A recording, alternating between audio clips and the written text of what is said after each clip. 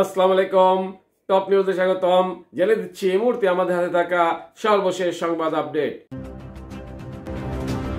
শুরুতেই থাকছে কথার কথা নয়, ফেব্রুয়ারিতে নির্বাচন, প্রধান উপদেষ্টা। এরপরে থাকছে প্রতিরক্ষা বাহিনীগুলোর মধ্যে ভারসাম্য নষ্ট হোক, আমরা চাই না, সালাউদ্দিন।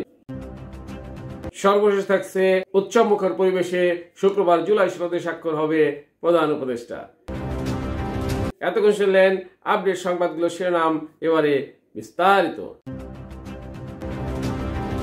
কথার কথা নয়, ফেব্রুয়ারিতে নির্বাচন, প্রধান উপদেষ্টা। অন্তর্বর্তী সরকারের প্রধান উপদেষ্টা অধ্যাপক মোহাম্মদ ইউনূস বুধবার 15 অক্টোবর পুনর্ব্যক্ত করেছেন ত্রয়োদশ জাতীয় সংসদ নির্বাচন নির্ধারিত সময়ে ফেব্রুয়ারিতে আয়োজন করা হবে। জুলাই সনদের বাস্তবায়নের প্রক্রিয়া নিয়ে রাজনৈতিক দলগুলোর সঙ্গে জাতীয় ঐক্যমত্য কমিশনের জরুরি বৈঠকে তিনি এ মন্তব্য করেন। প্রধান উপদেষ্টা বলেন, নির্বাচন ফেব্রুয়ারিতেই হবে, উৎসবমুখর পরিবেশে নির্বাচন হবে। তার জন্য যা যা করা লাগে আমরা সাধ্য অনুযায়ী সবকিছু করব, এতে কোনো কিছু কম্প্রোমাইজ হবে না। তিনি রাজনৈতিক দলগুলোর প্রতি উদ্দেশ্য করে আরো বলেন, আপনারা যেভাবে মিলেমিশে জাতীয় সনদ তৈরি করেছেন, সরকারের দায়িত্ব হলো সেই সনদকে ভিত্তি করে উৎসবমুখর পরিবেশে নির্বাচন অনুষ্ঠিত করা। প্রতিরক্ষা বাহিনীগুলোর মধ্যে ভারসাম্য নষ্ট হোক, আমরা চাই না, সালাউদ্দিন। প্রধান উপদেষ্টা ডক্টর মোহাম্মদ ইউনূসকে উদ্দেশ্য করে বিএনপির স্থায়ী কমিটির সদস্য সালাউদ্দিন আহমেদ বলেছেন, বাংলাদেশের সব অর্গানের মধ্যে যেন ব্যালেন্স থাকে, সেটা প্রধান উপদেষ্টাকে চেষ্টা করতে হবে। আমরা চাই না প্রতিরক্ষা বাহিনীগুলোর মধ্যে কোন রকমের ভারসাম্য নষ্ট হোক, আমরা সেটি এফোর্ড করতে পারবো না এ মুহূর্তে।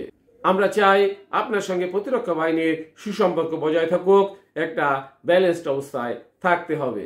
বুধবার 15 অক্টোবর রাতে ফরেন সার্ভিস একাডেমির মিলনায়তনে জাতীয় ঐক্যমত্য কমিশনের জরুরি বৈঠকে তিনি এসব কথা বলেন। বৈঠকে প্রধান উপদেষ্টা উপস্থিত ছিলেন।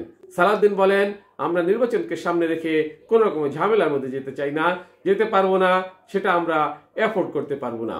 অতীত স্বৈরাচার এবং তাদের দোসর একটি দেশ এই সুযোগ নেওয়ার জন্য বসে থাকবে।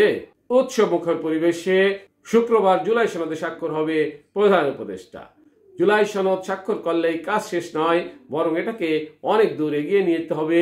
তিনি বলেন, নির্বাচনের সঙ্গেই জুলাই সনদ গভীরভাবে জড়িত।